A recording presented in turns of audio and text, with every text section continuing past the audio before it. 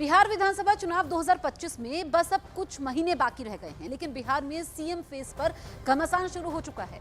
हरियाणा के मुख्यमंत्री नायब सिंह सैनी ने एक ऐसा बयान दिया जिससे बिहार का सियासी पारा हाई हो गया है। हरियाणा सीएम ने मंच से कहा कि इस बार बिहार में सम्राट चौधरी की अगुवाई में विजय पताका फहराया जाएगा। इस बयान को बीजेपी की चुनावी रणनीति का हिस्सा माना जा रहा है, जहां सैनी ने सम्राट चौधरी को बिहार में जीत का सेनापति बता दिया है।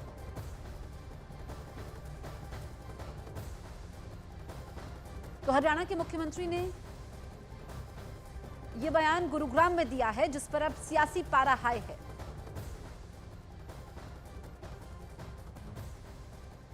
भाइयों, सम्राट चौधरी जी बैठे हैं। हरियाणा के बाद बिहार की बारी है।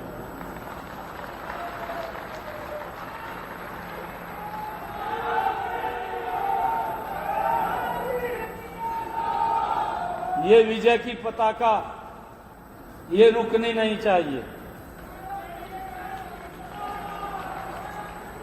ये विजय का झंडा ये बिहार के अंदर भी फहराया जाएगा और हमारे सम्राट चौधरी के नेतृत्व में फहराया जाएगा।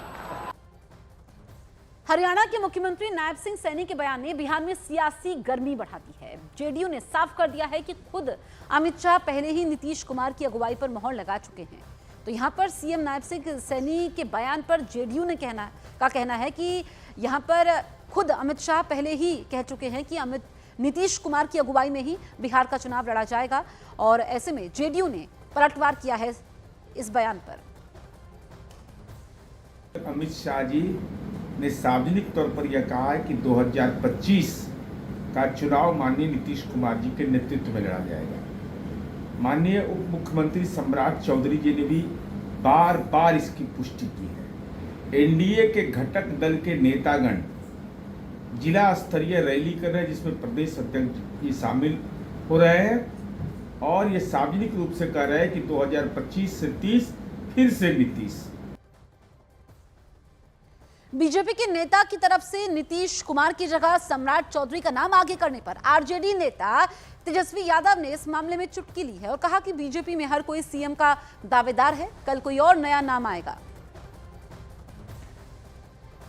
अरे भाई, बीजेपी में कौन नहीं सीएम बनेगा ये तो बता दो। काहे ला आप लोग झगड़ा लगवा रहे हैं उन लोगों में? 2 दिन बाद दूसरा नाम आ जाएगा, क्यों चिंता कर रहे हैं? ये लोग आपस में नूरा कुश्ती लोग करते रहे। आरजेडी नेता मृत्युंजय तिवारी ने कहा कि बीजेपी का सीक्रेट प्लान हरियाणा के मुख्यमंत्री ने लीक कर दिया है। जो सीक्रेट प्लान है उसको सीएम नायब सैनी ने लीक कर दिया है। बड़ी जानकारी आप तक पहुंचा रहे हैं आरजेडी नेता मृत्युंजय तिवारी ने कहा कि बीजेपी का जो सीक्रेट प्लान है हरियाणा के मुख्यमंत्री ने इसको लीक कर दिया है। दरअसल नायब सिंह सैनी ने कहा कि बिहार का चुनाव सम्राट चौधरी की अगुवाई में लड़ा जाएगा, जिस पर आरजेडी ने चुटकी ली है और यहां पर जेडीयू की तरफ से भी प्रतिक्रिया सामने आई है। जेडीयू ने कहा कि अमित शाह पहले ही साफ कर चुके हैं कि नीतीश कुमार की अगुवाई में चुनाव लड़ा जाएगा। तो ऐसे में जो बयान नायब सिंह सैनी ने दिया है उसके बाद सियासी पारा हाई है, सियासी तीर छोड़े जा रहे हैं। बिहार में बीजेपी का सीक्रेट प्लान हरियाणा के मुख्यमंत्री जी ने लीक कर दिया।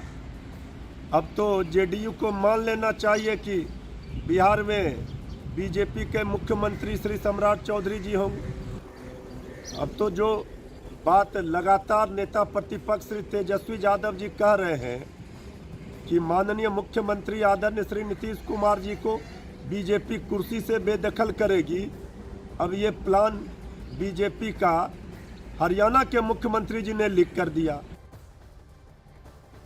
सीएम उम्मीदवार को लेकर एनडीए में घमासान मचा हुआ है। बीजेपी से लेकर किस तरह से माइंड गेम खेल रही है, इसका अंदाजा हाल ही में अश्विनी चौबे के बयान से लगाया जा सकता है।